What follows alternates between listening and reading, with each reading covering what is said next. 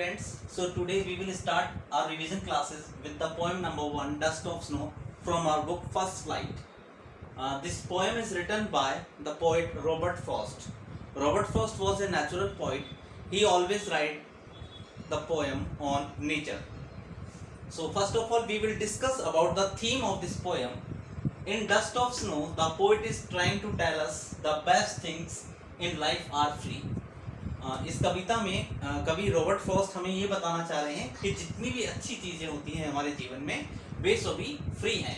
On a cold winter day staying home could have been comfortable. यानी सर्दी के दिनों में घर पर रुकना बहुत आरामदायक हो सकता है, but due to unavoidable circumstances, लेकिन ऐसी परिस्थितियां जिनको टाल पाना कठिन हो, the poet has been forced to go out. तो ऐसी परिस्थिति से बचने के लिए कवि बाहर जाता है. At such a time, ठीक उसी समय, the only thing that cheer him up is the world of nature. तो उसी खराब परिस्थिति में संसार में प्रकृति ही एक ऐसी चीज थी जो उसके मूड को रिफ्रेश कर देती है. क्रोज जैसे कौवा, स्नो फ्लैक्स, बर्फ के बारीक कण. This natural world is available for us. ये जो नेचुरल वर्ल्ड है हमारे लिए अवेलेबल रहता है to see and touch free of cost. However, we generally take it for granted. हालांकि हम इसे granted समझते हैं. If only we pay attention to all that life gives us, we will learn to appreciate us. The crow is what brings the beauty of the snowflakes to the poet's attention, and for that he is grateful.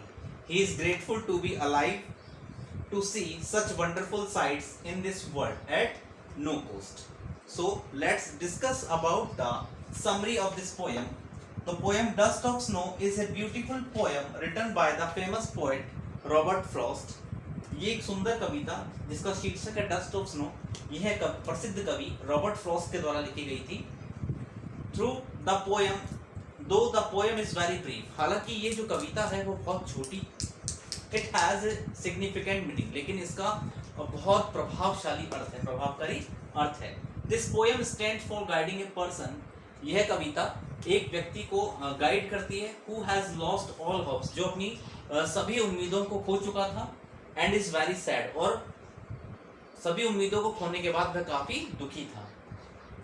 The falling of dust of snow has changed the mood of the poet. और जब वह काफी निराश होकर एक सुनसान जगह जाता है और वहां एक हेमलॉक का पेड़ होता है, और काफी निराशा के साथ वह जब उस पेड़ के नीचे जाकर बैठता है तो एक नेगेटिव चीज जैसे कि क्रो, जिसे हम नकारात्मक प्रतीक मानते हैं, उस पेड़ पर आकर बैठता है, और वह कुछ बारीक बर्फ के जो बारीक कण होते हैं, स्नो डस्ट ऑफ स्नो होते हैं, जो बारीक के बर्फ के धूल के छोटे छोटे कण के समान जो बर्फ के बारीक कण होते हैं, उन्हें उस पेड़ से नीचे गिराता है.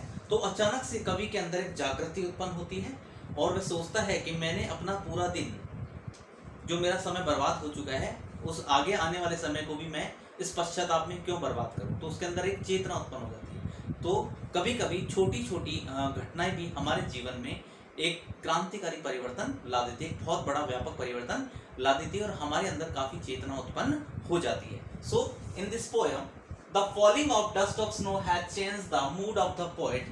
बर्फ के बारीक कणों के गिरने के कारण कवि का जो मूड था वो पूरी तरह से चेंज हो गया. The poet was sitting under a hemlock tree. या हेमलॉक का जो पेड़ है वो एक जहरीला पेड़ होता है जिसमें सफेद रंग के फूल आते हैं. वो वहां बैठता है क्वाइट एंड अपसेट, और काफी परेशान था वह. This very small incident change his sad mood. इस छोटी सी घटना ने उसके मूड को पूरी तरह से परिवर्तित कर दिया.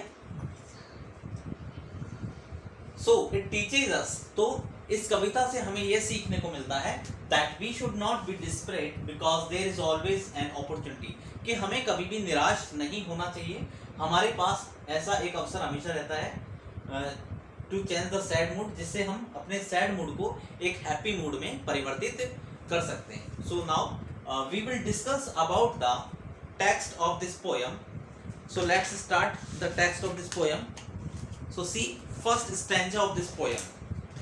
The way a crow shook down on me the dust of snow from a hemlock tree. So in this stanza the poet is talking about a winter's day. इस स्टैंजा में कवि एक विंटर डे की बात कर रहा है, सर्दियों के दिनों की बात कर रहा है. While the all tree tops were covered in masses of snowflakes. जब पेड़ के सभी ऊपरी शिखर बर्फ के बारीक कणों से पूरी तरह ढके रहते हैं. The poet was walking under such snow-covered tree. और कवि भी इस कविता में एक पूरी तरह बर्फ से ढके हुए पेड़ के नीचे घूम रहा था. This was the North American conifer known as the hemlock. यह एक नॉर्थ अमेरिकन कॉनिफर ट्री था जिसे हैमलॉक के नाम से जाना जाता है. Named so because its smell resembles of European plant from which poison known as hemlock. और यह एक poisonous plant की हमें जानकारी देता है. Hence, by virtue of its name, this tree was not one that you could associate with anything positive. तो इसके गुणों को अगर हम देखें तो हम नहीं जोड़ सकते हैं किसी भी पॉजिटिव चीज को उस पेड़ के साथ. However, a crow alighted on this tree suddenly. अचानक से एक कौवा उस पेड़ पर आकर बैठता है. And because of that sudden motion, और उस अचानक हुई मोशन के कारण, the mass of snowflakes atop it fell down on the poet like rain. और जैसे ही वह कौवा उस पेड़ के सबसे ऊपरी शिखर पर आकर बैठता है तो उसके जो सबसे पेड़ के ऊपरी शिखर पर जो बर्फ के बारीक कण गिरे हुए थे वो अचानक से बरसात के रूप में उस कवि पर आकर गिरते हैं. The snowflakes were so light. वो snowflakes इतने लाइट थे, इतने हल्के थे and minuscule that the poet thought they looked like white immaculate dust particles. कि उसे सफेद रंग के बारीक धूल के कण जैसे दिखाई देते हैं. This shower of snowflakes from the hemlock tree is evidently the subject matter of this poem, since it touched the poem in the some way. और इस तरह से इन बर्फ के बारीक कणों ने उस कवि को पूरी तरह से छू लिया. तो यहाँ यही बताना चाह रहा है, The way a crow shook down on me. जिस तरीके से एक कौवे ने मेरे ऊपर गिराया बर्फ के बारीक कणों को, from a hemlock tree. एक hemlock tree से. Now see, the stanza number 2 of this poem has given my heart a change of mood. और जैसे ही वे बर्फ के बारीक कण मेरे ऊपर आकर गिरे उस पेड़ से, उन्होंने मेरे मूड में एक परिवर्तन ला दिया. And saved some part of a day I had ruined. और जिस दिन को मैं पूरी तरह से बर्बाद कर चुका था उसके बाकी बचे हुए हिस्से को मेरे लिए उसने सुरक्षित कर दिया, बचा लिया. So now in this stanza the poet explained to us exactly in what way the shower of snowflakes had an effect on him. किस तरह से snowflakes ने उसके ऊपर पूरी तरह से इफेक्ट डाला. He says that it changes his mood. और वह बताता है कि उसने उसके मूड को पूरी तरह से परिवर्तित कर दिया. That is to say, he had been in a sullen or despairing mood. और वह बताता है कि बहुत खराब और निराशाजनक मूड में था. And the snowflakes falling on him, और snowflakes के ऊपर गिरने के कारण all of sudden gladdened his heart. उसका जो मन है वो काफी खुश हो जाता है. In addition to this, there was another effect. उसी समय उस पर एक दूसरा प्रभाव पड़ता है. That the shower of snowflakes had on the poet. जो उस कवि पर आकर गिरते हैं. He says that particular day was one that he had not been looking forward, and in fact it was not going to well either. और उसे लग रहा था कि जो आगे वाला समय आने वाला है वो भी उसका सही नहीं बीतेगा. लेकिन इस घटना ने उसके मन को पूरी तरह से परिवर्तित कर दिया, उसके मूड को चेंज कर दिया और उसने अपना जो बाकी बचा हुआ दिन था उसे पूरी तरह से सुरक्षित कर लिया. So he had decided in his mind that particular day would go waste. उसने अपने माइंड में डिसाइड किया था लेकिन ऐसा कुछ नहीं हुआ. एक छोटे से इंसिडेंट ने उसके दिन को पूरी तरह से बचा लिया. The shower of dust like snow on his shoulder changed his mind. It made him feel that the day had not been a complete waste. और उसने अपने मन में फील कर लिया कि उसका जो पूरा दिन है वो वेस्ट नहीं गया है.